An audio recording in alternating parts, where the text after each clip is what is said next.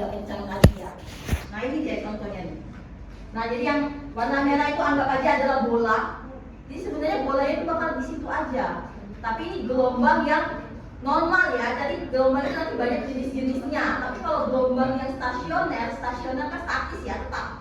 Nah dia harusnya seperti ini aja, naik turun. Makanya harusnya kalau kita biarkan benda itu dia bakal balik lagi harusnya. Karena tadi kan posisinya dari atas nanti balik lagi ke atas. Ini sebenarnya prinsip dari gelombang yang tadi ya. Ini gelombang di apa kalau gelombang di sekitarnya ini bahasanya. Ya gelombang stasioner lah kalau bahasanya tuh. Gelombang yang tetap. Jadi dia cuma naik turun aja. Tidak ada apa ya? Nah, nanti kita lihat sini. Ini jadi pergerakan gelombang secara umumnya itu seperti ini aja. Jadi sebenarnya kalau kalian tidak takut di lautan itu, lautan yang tengah yang cukup dalam, itu kalau kalian tidak takut itu sebenarnya kalian tidak akan tenggelam. Tapi rata-rata kalau kita tenggelam itu kan paniknya duluan yang muncul ya. Nah itu yang akhirnya menyebabkan kita tenggelam. Tapi kalau kita tidak panik, kita akan menggunakan prinsip ini sebenarnya. Prinsip ini bakal terjadi. Kita bakal ngapung aja di dasarnya sebenarnya nanti. Nah yang bikin kita tenggelam itu rata-rata ya karena panik lagi. Cuma ini untuk yang lautnya lagi dalam keadaan adem ayem ya, tidak berfungsi ke lautnya yang lagi badai ya. Kalau lagi badai kan kondisi utamanya ya bersifat periodik atau namanya itu apa ya, periodik time, waktu. Nah ini kita masuk ke fisika bener ya. Ini ada bagian-bagian dari gelombang. Ini ada puncak gelombang atau crest. Kemudian ada lembahnya, truk. Kemudian ada panjang gelombang. Kalau itu lambda. Kemudian ada amplitudo atau tinggi dari gelombang. Nah ini kan rumus juga ya. Fisika benar kalau itu. Jadi sebenarnya gelombang itu bisa kita ukur. Ini yang harus kalian ketahui juga, ada periode, ada kecepatan, ada panjang gelombang, ada frekuensi. Nah ini sebenarnya bisa diukurkan cara mengukur frekuensi gelombang, panjang gelombang, kecepatan gelombang, periode gelombang. Nah ini baca aja ya, ini nggak akan gue masukkan kalau ini. Kasihan kalian dimasukkan.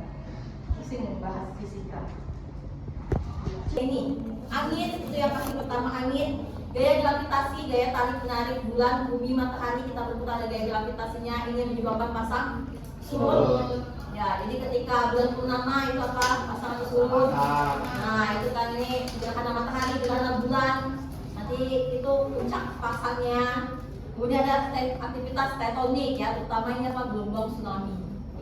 Jadi tsunami itu juga termasuk dari gelombang, jenis gelombang tsunami.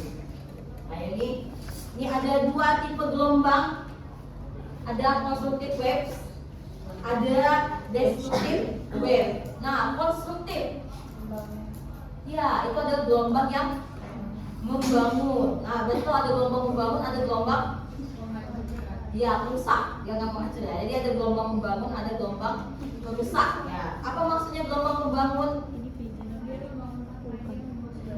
Oke, dia membawa sedimen pasir tadi ya, pasir tadi dibawanya, jadi dia membangun pantainya. Jadi ada pasir dibawa oleh dari gelombang tadi yang kemudian diendapkan, disedimentasikan di pantai atau di dalam pesisir. Nah, kalau yang kebalikannya di destruktif ini dia merusak tsunami.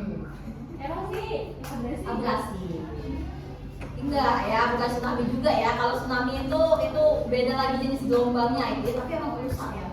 Karena dia kan mengambil ya, kan naik terus ngambil. Tapi tsunami itu gelombang tsunami itu juga banyak jenisnya.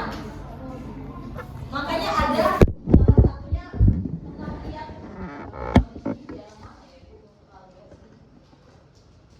pemecah gelombang. Apa ya kalau daerah Lampung itu nggak tahu di mana ya. Karena itu belum pernah terjadi. Jadi ada. Iya betul-betul itu. Nah itu yang dibangun oleh Jepang kan. Makanya kalau tsunami Jepang, pernah lihat tsunami Jepang nggak kan? Pas yang 2000 berapa itu? Tsunami-nya kan kayak gini ya. Lurus kok tsunami-nya. Kenapa? Karena memang udah ada pemecah ombak tadi. Jadi ketika naik dia nggak terlalu tinggi. Nah kalau kita lepas pantai aja. Jadi ketika naik membangun, tapi akhirnya